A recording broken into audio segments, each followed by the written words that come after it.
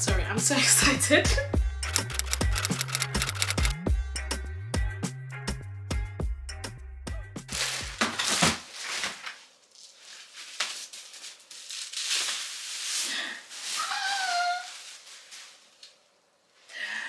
Oh my god, you guys, that's me. Wait, is this thing in focus? That's me, a graduate. That's me, you guys. Oh my god, an LLB holder. You guys, I was actually so worried about how these pictures would turn out because I took mine after the ceremony. So my makeup was already, obviously, like I had been sweating. It was a really hot day in July. So I had been sweating. My makeup was already looking very dewy. So I was worried that the pictures wouldn't come out right. But it actually looks really good. Actually looks nice. My smile is a little bit awkward, not going to lie, but I think it works. I think it's fine. I actually really like it. So what do you guys think?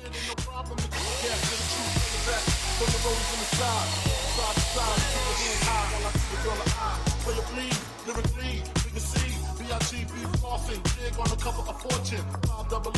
Here's my phone number, your man, I got the know, I got the dough, got the flow down, pizzazz, platinum plus, like Zizak, dangerous on Trizak, leave your ass pizzazz.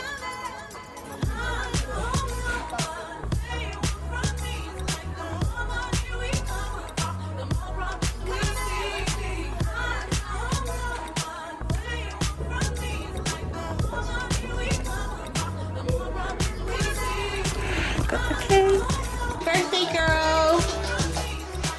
Give us a little twirl.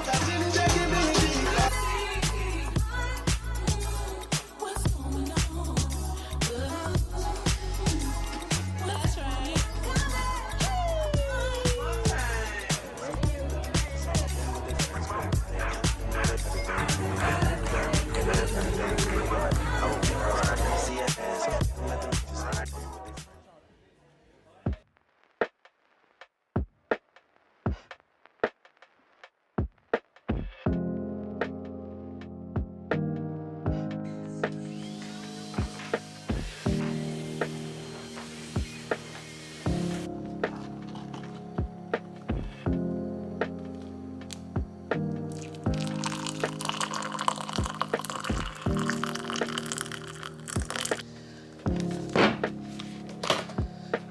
I'm currently reading Esther.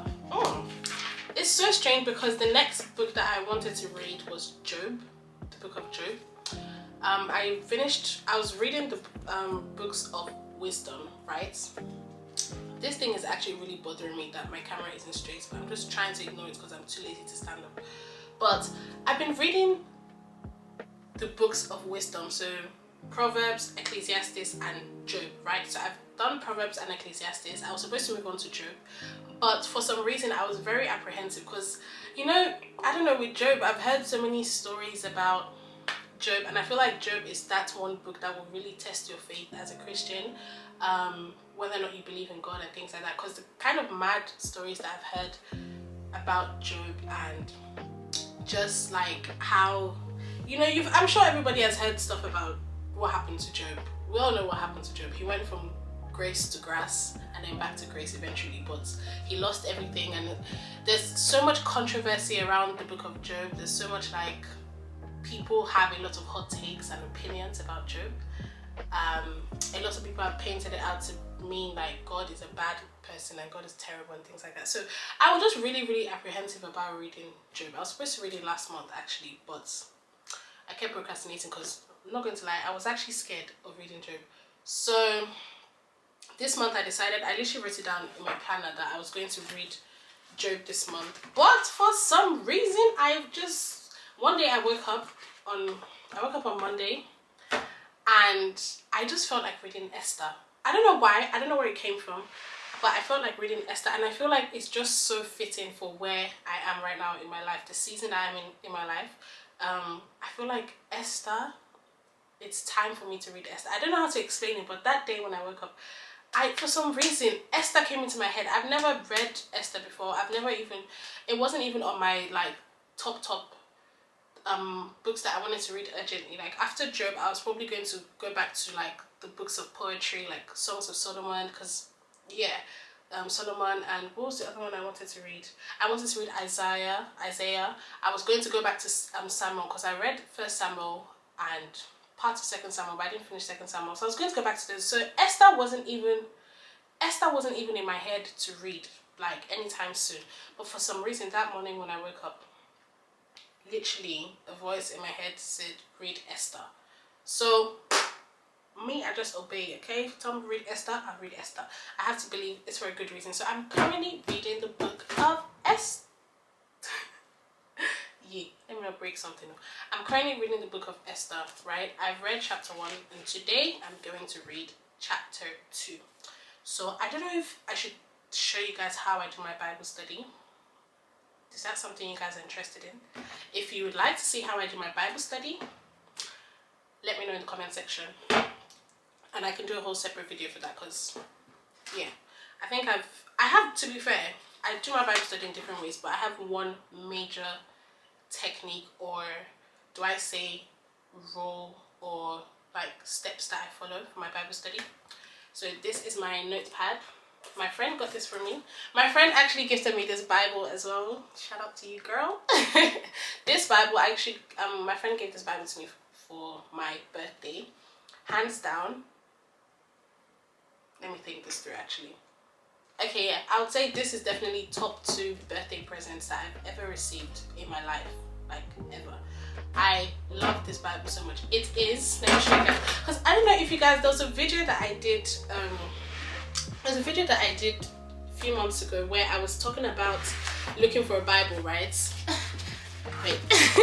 I did a video a few months ago where I was saying I needed to get a physical Bible because I'd been using my phone for my Bible study. So my friend watched the video, obviously, and there was a time we were talking on the phone as well, and I said it, and she got me this study Bible, which is just amazing. Guys, listen, if I could buy this Bible for everybody that I know, I would, because this Bible is so freaking good. This Bible is amazing. When I tell you, it has elevated my Bible study, like, no, this Bible, I cannot actually hype it enough. This Bible is so good.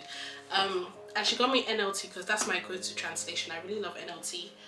There are other translations that I use as well, but NLT is my go-to. So it's called the Illustrated Study Bible, and what I really like about it, yeah, sorry, I'm so excited. I'm so excited. I just love this Bible so much. So when you're starting a new book, it gives you like a setting, summary, and then it tells you a little bit about, first of all, it shows you the category. So Esther falls under Israel's history. So it's grouped it into like 1, 2, 3, 4, 5, 6, 7 categories. So yeah. So Esther falls under Israel's history. So it gives you like the setting, the summary, tells you what was actually going on when this book was written, which is so great, because I think the reason why Bible studies can be so difficult sometimes is you don't actually understand what's going on. Like, you don't understand why you're reading what you're reading. So when I read something, and this is even before I got this Bible, I always ask myself, what context was this written in? What was happening at the time this was written? What inspired the person to write this book, right? Who wrote this book? Who was this book addressed to? Do you understand? Like, you need background knowledge, because that would then help you understand it more.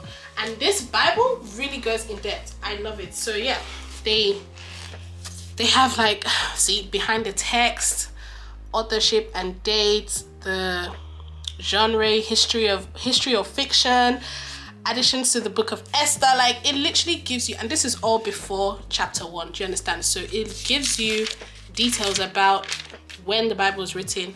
It has a map to tell you like what city, because obviously you read stuff in the Bible and you're like, I don't know where that is, I don't know what these names are, you know. And then every now and then as well, it just blocks off a space to give you a little more context, go into more details. Like, I just love this Bible so much. I just cannot express how much I love this Bible. It has really, really changed my Bible study. Okay? It has changed the game. So if anybody out there is looking for a good Bible to get, that's the one.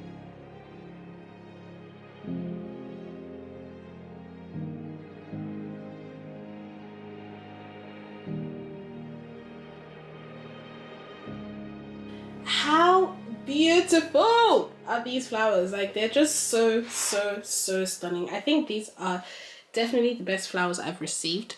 Not just because of how beautiful it is, because it's very colorful, very bright, very beautiful, but also because I watched it reach its full bloom. So I got to when it was still in its bud. I think I recorded that. I'm not sure.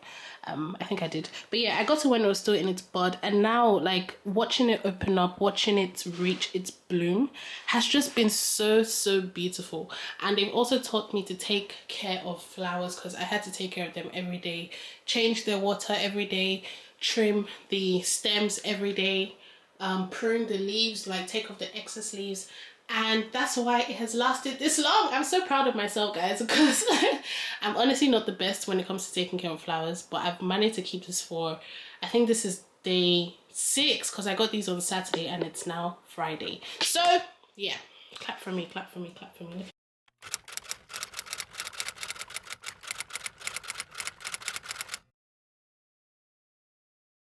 Say hi to my vlog, Jemima. Can you tell me where we're going first? This is where we're going.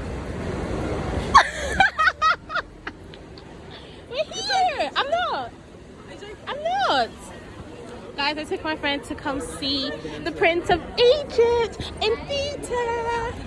Am I the best at surprises or what? And she was talking about we're going to the museum. No, we're not.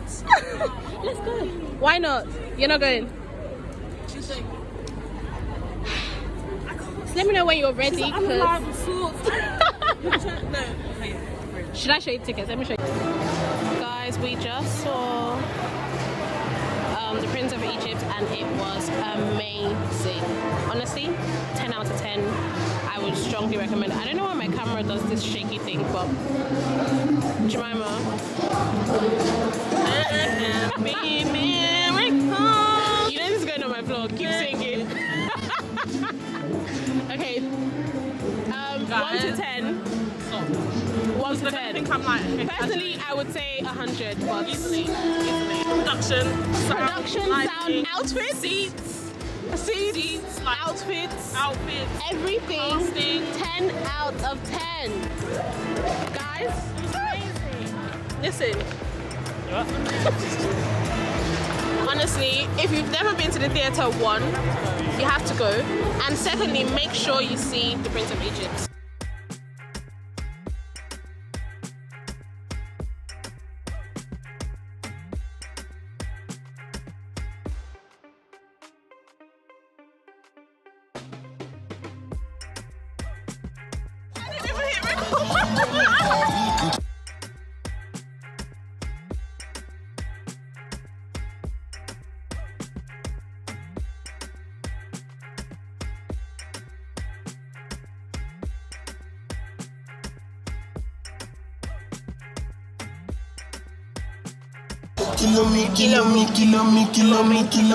Kilometers. I don't come kilometers. I don't want to